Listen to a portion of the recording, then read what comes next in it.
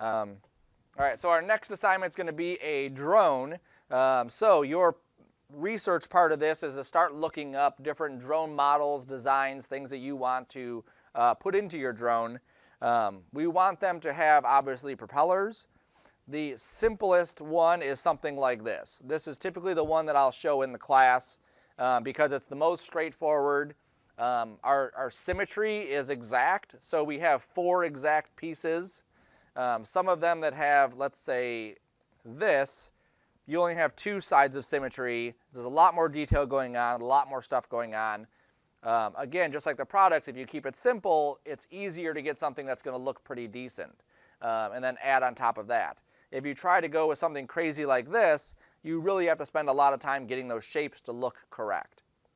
We're not going to be doing anything like this. We want to see the propellers spinning, so the propellers have to be visible in the scene. The end product of this will be our drone is sitting down on a table, let's say like that. The propellers will kick up, spin super fast, and then the drone will kind of wobble and then take off. Okay, so we have to see those blades spinning, otherwise we don't see anything moving. All of a sudden the drone just takes off and it doesn't make sense. Okay. In this case, you can see the blades right here, so that would be fine. We just need to be able to see the blades right there. This one is could be an okay one, but the problem with this is, again, that line of symmetry is not perfect. In this case, most likely we create one and then be able to clone it, but it would be, you know, a bit tricky. Also, I don't know how this one would be landing because there's no flat spot on it. There's nothing for it to actually like support itself. That's kind of a cool one there. That could be a cool one too. Okay, so start looking up different designs and start sketching out different ideas of things you want to include in your drone assignment. Okay, this one, I don't know where the blades are, the spinning thing, so we wouldn't be able to do that one. But we could obviously take some of the stuff we like from it, mesh it with something else that, you know, has blades, and create that. Think about things like lights, think about cameras, if there's any advanced features to it. We want these to look somewhat complex. So even this one here is probably a little bit too simple as far as the model goes for what we want to, where we want to take it, right? Something like this one is a nice base shape because all of these different pieces that we have here, we could add stuff on top of it. If I want to add a bunch of vents, I can grab faces and extrude them and create a bunch of vents along the top if I want. Or if I want to put a camera down there, it's very easy to add a camera. If I want to add shields around the outside, there's got to be one with the shields on here, right? There they are. So these little shields, not those blocky ones, but better looking ones, we could add those too, okay?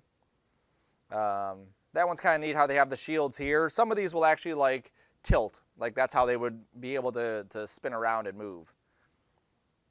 Yeah, something like that could be cool too. How would it support itself on the ground? Again, think about that. All right, so for next week, start thinking about what you want to do for your drone. Get some ideas, get some sketches going on that. Cool? Questions? All right. I guess how would you like start a model like that? I mean, I know you'll get into it, but like. Right. We start off with a cube, and we're basically just start blocking things off. So it's very much like our product. So we're just going to start off with a cube and say, okay, where's the wing? There's the wing. Where's the motor part? And we just start extruding and shaping it. Yep. And one thing I do like about Cinema is how it models stuff the way we're going to do it. Other software is not as easy to do and easy to turn on and off as Cinema is. Cool. Anything else? Do you recommend just keeping it within a single shape, or can you make multiple shapes and just kind of link them? You can make multiple shapes and link them together. So if you want to have, let's say, your wings are on hinges that could then like twist, you could do that too.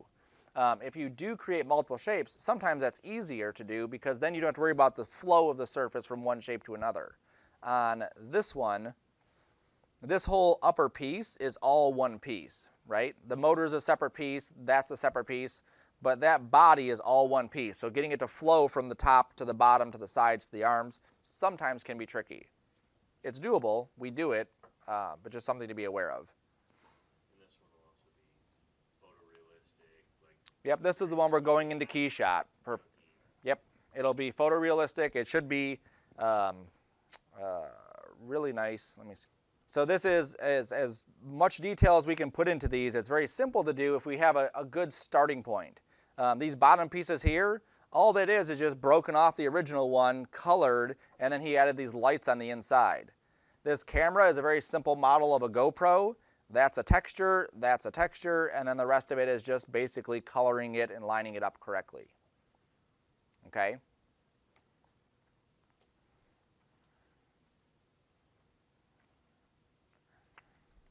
Let's see if any other good ones. Then this should be the one where we'll have to do the UV maps on it. Sort of. This one's going to be a little bit different because of how it's going to be set up. This one we're going to basically just project the textures inside of Keyshot. So we don't need to worry about it too much inside there, again, just so you can see that process. Here's Anna's. There it is. And her drone model.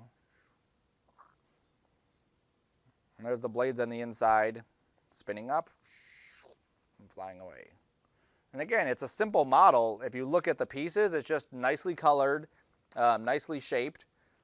It feels solid. That's where you get into some of the stuff where it doesn't, and you kind of lose that. Here's Meg's.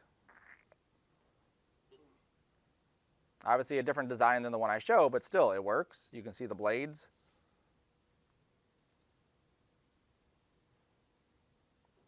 There's Rebecca's. Okay, and there's the kind of stuff we'll put on here, just some basic logo insignia type things. If we had a logo on here, we could just project it right on there inside of Keyshot. Cool.